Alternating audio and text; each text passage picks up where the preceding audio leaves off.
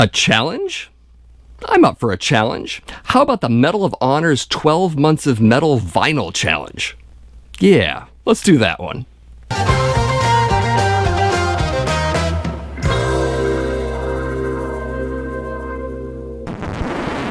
So Dave over at the Medal of Honor YouTube channel has started a new vinyl challenge. This is 12 months of metal, 12 albums associated with the 12 months of the year, loosely or not so loosely, depending.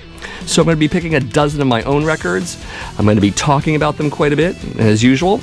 Also, I would say about 10 of these 12 albums I've never shown before on my channel, and a couple of them are out of genre. Most of them are metal, a couple aren't, but I'm sure you're open-minded individuals out there, right? You can handle some non-metal. Maybe a little bit. Yeah, you can do it. So, let's get challenged. Starting things off with January, we have New Beginnings, and show me the newest addition to your record collection. That one's easy. This is Overkill with Wrecking Everything, or Wrecking Everything Live. This is an album that originally came out on CD in 2002. This is a 2015 reissue from Back on Black. This isn't the first time this came out on vinyl. It came out in 2010 through a company called Night of the Vinyl Dead out of Italy. So in case you're looking for that edition, there you go. Interesting little live album. I'll show you the gatefold here. Shots of the band and all of that. The track listing is pretty interesting. It's not as heavy on classic versions of tracks. You do have In Union We Stand and Overkill, of course, but there's a lot of mid-career stuff here. Obviously Thunderhead, Bleed Me, Long Time Dying, It Lives, and Battle. Some of the other classic choices are kind of interesting, though. Shreds on here, which you don't hear as much anymore. I Hate and Deny the Cross are here. The Years of Decay, I don't know how I feel about that as a live track. I don't think it works all the time. It kind of brings things down too much for me. But it's a pretty cool live album. I pretty much dig it. Another thing worth mentioning is that when this album was new, there was a video companion that came out that same year. It's called Wrecking Everything, An Evening in Asbury Park. It came out on VHS and DVD. It was 2002 after all. Pretty cool. I'll show you the vinyl quickly. It is in red, as a number of Back on Black releases are. It's a pretty common color for that label. There, the label's there. And this is a 2-album set. So if I showed you the same thing twice, what would be the point? So with this purchase and another one, I also got Killbox 13 on vinyl, also from Back on Black as a reissue. I'm trying to fill out my Overkill vinyl collection. I have 13 releases so far. I have 14 to go, including EPs and other live recordings. So yeah, wish me luck. Moving on to February, I have a choice of 2 different questions. The first is for Valentine's Day. Show me a cover that is either romantic or sexy. Or shortest month of the year, a record with either the shortest length as an LP or the least amount of tracks but still an LP. And I'm going to go with shortest length as an LP. I'm also going to jump out of metal a little bit to the world of punk rock. Kind of easier to do with punk, to be honest. This is D.I. with Team Goon. I should explain, originally this album came out in 1983 as a self-titled release. It was an EP back then. And then in 1987, the album was reissued. The name was changed to Team Goon, and then 3 extra tracks were put in there to make it LP length, just in case you need to know all of that. So given the fact that the runtime on this is 19 minutes, the record label did something rather interesting. They put the entire album on side 1, and then they put the entire album, again, on side 2. This has been done before. I think Circle Jerks did it as well, but yeah, there you go.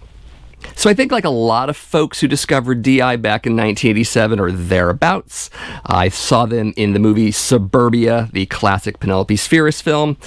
D.I. plays a gig in that movie. They do a song you might remember called Richard Hung Himself. And for metal fans, that might sound very, very familiar because Slayer covered that song as well. If you want to hear the original, it's on the D.I. album, Team Goon. So definitely a classic record and a whole lot of fun too.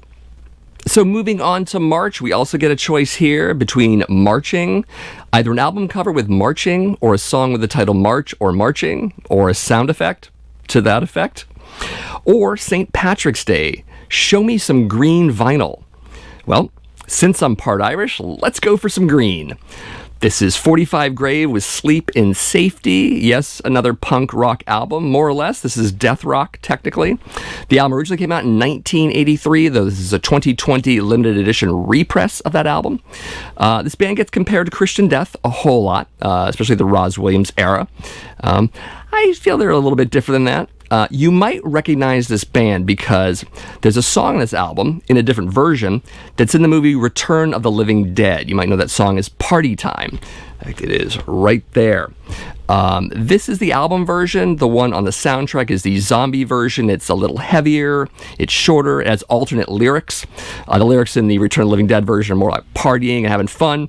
The lyrics on this version are considerably darker and a little more twisted. So there's that. And of course, the vinyl variant, the whole point of March, is green. This is green with some black marble or black smoke, depending on how you want to put it. Nice little bat on the back, very death rock. Pretty cool. The record also comes in a gatefold sleeve, full lyrics, picture of the band. I love the names of the people in the band. Rob Graves is one. The girl is Dinah Cancer, which is basically a drag queen name. Hilarious. Also, inners here, we've got some press releases and some other news clippings about the band from the time period, and more of that over here. So if you're looking for this 2020 reissue very specifically, it was released by Real Gone Music. Moving on to April, we have Showers. No, not the filthy kind. Show me an album cover with rain or storms, or a song with storm sound effects. Let's go with the cover. This is Forced Entry with their 1989 debut album, Uncertain Future. This is a 2016 reissue from Floga Records out of Greece. A great label, Floga. You should really look them up. They do a lot of metal reissues. Very cool. This edition is pretty awesome because it has the Shore EP from 1995 tacked onto the end to it. That came out in 1995. I didn't even know about the EP for the longest time. I had this album originally on CD. Obviously, it didn't have that EP because it came out 6 years earlier. So it's really nice to have it here. This is American thrash metal. Very cool album. They're very technical. Really cool stuff. I can't say enough about Forced Entry. They had 2 albums out, this one as well as Above, So Below in the early 90s. Also a great album. I think there are a couple music videos from that album if you want to check those out on YouTube. 2 albums and then done, which is a tragedy because this is a really cool band. You should check them out. Forced Entry. Moving on to the merry, merry month of May, we have 2 choices. Mother's Day, a cover with a mother, kind of like the way that sounds, or a song about a mother, or Star Wars, an album, song, or band that you associate, whether directly or indirectly, with Star Wars. Well, Dave, not sure how much more direct you can get than this. This is the original 1977 soundtrack to Star Wars, back when we called it Star Wars and not A New Hope. You kids, you. This is released by 20th Century Records. I'm going to show you a few things about this because I love this soundtrack dearly. Here is the gatefold with lots of cool pictures. Nice shot of the Sith Lord himself on the back. This version did come with a poster, and I'm going to try to be careful opening this because this poster is 45 years old. But we could already hear it crackling. Oof. There, nice little battle scene there. Fantastic. Also has some liner notes, and instead of lyrics, obviously, because this is a soundtrack that is a score, you get descriptions of what scene in the movie was happening during which track. So you can listen to the album and see, oh, this is when this was happening. And it's in the bold there, and then some credits as well. So pretty cool. It's kind of like an alternate idea to a lyric sheet. You could just follow along there, which is pretty cool. An interesting detail about this specific edition of the soundtrack is that it is what's called an auto-coupled record. And what it is, for instance, you see that side 1 is here on the record 1, but then you flip it over and it says side 4 over here. And what this is that record 1 has side 1 and side 4, and record 2 has side 2 and side 3. That might sound kind of crazy, but what that's for is record players that are auto changers. Remember way back in the 60s and the 70s, you could put a record down and then you could have another record sort of hanging and waiting to drop after the first record's done. So what you do with this is you have record 1, side 1 playing, and then record 2 has side 2 on it, so it gets ready to drop. And then when those both sides are done, you can flip them both over, play side 3, play side 4. And it's pretty interesting. You don't see much of that after the 1970s, but pretty interesting. My Deep Purple copy of Made in Japan, the live album from the 70s, also does that. There are other albums as well. Again, it was a practice that stopped after the 70s, but auto-coupled. If you didn't know about that, there you go. Also, I should probably mention why Star Wars is in the May section of this video. Obviously, or not obviously, depending. Star Wars movies tended to come out in May. Memorial Day weekend was a traditional time period for these movies to come out. I remember when I was 8 years old, Memorial Day of 1977, saw this movie. Obviously, I loved it because here's the soundtrack. Saw it multiple times. Well before there were VCRs, you would just go to the theater over and over again and spend tons of money, but well worth it. There you go. Star Wars. Moving on to June, we have the start of summer. Show me an album that makes you think of summer. So for this one, I immediately went to the summer of 1987 and thought about some of the albums I was listening to back then. The two that were huge for me at that point were obviously Whitesnake's 1987 album, but also a much older album. I'm going to go with Aerosmith here. This is Get Your Wings. This is their second album. Can't remember the year. You'll tell me, I'm sure. And what's funny about this album is that during that summer 1987, I was on a train and I met a girl who would later be a future girlfriend of mine. And what was funny is I was listening to this album on my Walkman and the song Train Kept Rolling was playing while I'm on the train, and she is literally walking down that old fair lane. So it was kind of like an odd little music video for me. So that memory really lays in heavy for me. Pretty cool. I dated this girl for a little while longer and all of that.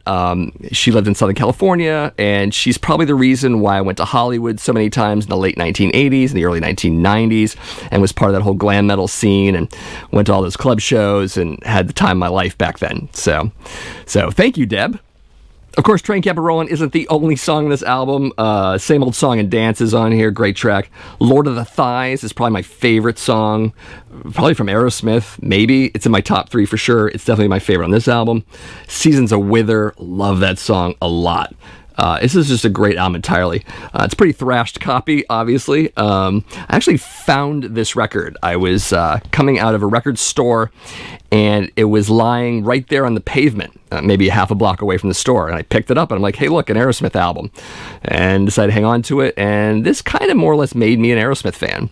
So I actually found the record as opposed to buying it. So kind of fun. Moving on to July, we have two choices, either the 4th of July, an album cover with fireworks or explosions, or Hottest Month, an album cover associated with summer heat. Well, since I hate summer, but I love Kiss, let's get this place hotter than hell! Yes, this is Hotter Than Hell. This is Kiss's second album. This is a reissue from 2019 from Yumi Records. Yeah, love this album. Terrible production, great tracks. So this 2019 edition is specifically the 45th anniversary release of this album. Reproductions of the original Casablanca Blue labels here. Nice orange color, though Yumi has used orange for a few of these Kiss reissues. Some people complain about that. Whatevs. Great tracks on here, of course. I like some of the weirder tracks on it. I love Going Blind quite a bit. I love Strange Ways. Great songs. You should probably check those out. Of course, there are some hits. Of course, Parasite is on here. All the Way is on here. Coming Home is on here. Some good songs. And interesting photo session here. Paul was drunk out of his mind for it. You can read all about that on the internet. Yeah, love this album. Moving on to August, we have Back to School. Show me an album that you loved in high school and that you still love today. A lot of records fit the bill here, but I really felt I had to come to this one. This is Motley Crue with Too Fast for Love. This is their debut album. This is the Elektra version from 1982. Obviously, there was a Leather Records version, a self-release version from 1981. That's what got them signed. Amazing tracks on here. I really love the layout of this jacket and the front and the back. as well as the amazing picture of them on the inner sleeve. Lyrics, in case you didn't know they were there. My biggest memory with this album is definitely jamming it. I was obviously I started playing bass back in 1984 when I bought this album. I bought it 2 years late. I bought it on the strength of Shout at the Devil, which was an amazing album that I discovered in late 83. My buddy Joe and I, my buddy from high school, good friend, he was a drummer, I was a bass player, so we jammed the crap out of this album. We just did playthroughs of most of the tracks. So I have strong memories, high school memories of that with this record. But this was also the background to a lot of dalliances with the ladies, so those memories are there as well. Anyways, there you go. Motley Crue, Too Fast for Love. Moving on to September, we also have a choice here between Labor Day, an album or song that is about work being done, or Fall Begins, show some red, orange, yellow, or brown vinyl. I'm going to go with the latter. I'm a Vermonter. I'm well versed in fall foliage season. It's also when all the tourists come flooding into our state and ruin everything. But anyways, I am going to go with brown vinyl specifically associated with this record. This is Testament with Demonic. Originally came out in 1997. This is a 2020 reissue of the album. 7th studio album for this band. Just in case you want to see the brown, there it is. Gatefold jacket here, lyrics, credits, tracks on the back. Interesting thing about this album, it was a little bit of a departure. I think it's a departure people exaggerate a great deal. Basically, Chuck Billy's vocals are a bit more death growl on this. It's a darker album than previous records as well. Some fans like that, some fans don't. I'm one of the ones who really digs this album quite a bit.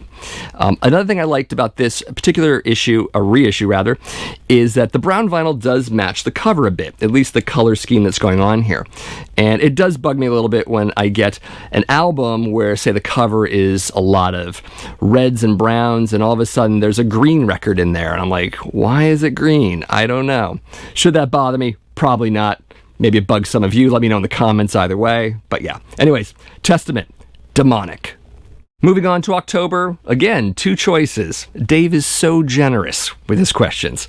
We have either Halloween, show me an album cover with a ghost or a demon, or breast cancer awareness, showing, of course, pink vinyl. Well, Dave, if I have to choose between Halloween and breasts, going with the breasts. And so that means pink vinyl it is. This is Perturbator with The Uncanny Valley, originally released in 2016. Of course, it is on opaque pink vinyl. Very nice. This is a French synthwave band. It's a one-man project. The one man is James Kent.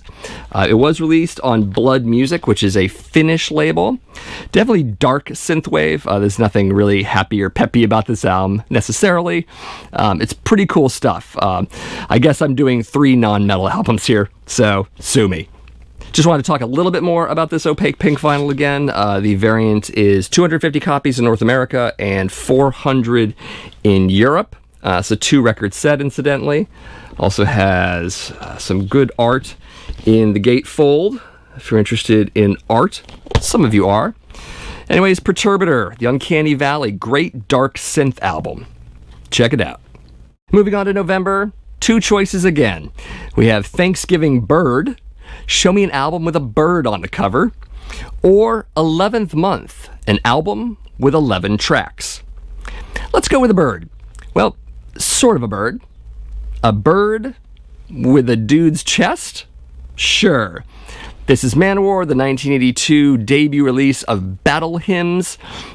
Interesting little record. This is really the start of Manowar. The production's kind of low. You can see where they're going to go later on. I really love Into Glory Ride. It's the album after that. And then Hail to England, the record after that. I would recommend those 2 albums first and then go to this one. Just to get a feel for the band. Pretty cool. This was released on the original Liberty Records. This is not a reissue. There was a re-record of this album. I believe it was in 2010. I didn't like that version. I thought it was too cleaned up, a little too polished. This one's a little more raw. It's punchier. I like the delivery on it. I like the fact that it's really the beginnings of this band before they really found their feet. Found their feet? You mean these? Anyways, this is Manowar with Battle Hymns. And finally, December, we have Show Me the Very Last Album in Your Collection, no matter how you arrange them. Well, My collection ends with compilation albums, and you know how much I love comps dearly. So I'm glad we got to talk about a compilation album here, and we're going to talk about this one. This is US Metal Volume 4. I have Volume 1, as you might remember from a previous video. Now I have Volume 4. Amazing artwork, by the way. This was released in 1984 by Shrapnel Records. Shrapnel is this great American metal label. They put out the first Keel album, Late on the Law. They put out albums for Racer X and Chastain, but also handled a lot of guitar shredders like Jason Becker and Marty Friedman and Paul Gilbert, of course. Some cool bands. Keel, of course, is on here. Also Scanner, St. Michael, Vicious Rumors, of course, Wild Dogs, TKO, Sean Lane, Aggressor, Guilt, and Frigo Firing Squad, featuring Derek Frigo, a name you might remember later on as the guitarist for Enough's Enough. Interesting, he was in the Shrapnel family. I love executive producer Mr. Varney. Obviously, that's Mike Varney. He's the head of Shrapnel, but here he's Mr. Varney. Pretty great. The pics are also kind of funny, representing all the bands there. Amazing little comp. Again, Shrapnel Records, you can't go wrong. You should probably check into them. Great stuff from the 1980s in particular. And at least I didn't have to show that goddamn Zodiac Mind Warp record again. So, bonus. And those are my answers to the Medal of Honor's 12 Months of Metal Vinyl Challenge. Of course, if you want to get on this, I will leave a link to Dave's original video. I'll leave that link in the description of my video. Go check that out. Also, check out Dave's videos in general. Subscribe to his channel, of course, because you know what? He'd like that. And as for my channel, of course, this is the Accusation Network, where each and every Monday, and sometimes Thursdays, I do metal vinyl collecting videos. If that's something of interest, you should definitely subscribe to this channel. Also hit that notification bell. And you know what? Like and share the video too. Why not, right? And as always, thank you for watching, and ever forward.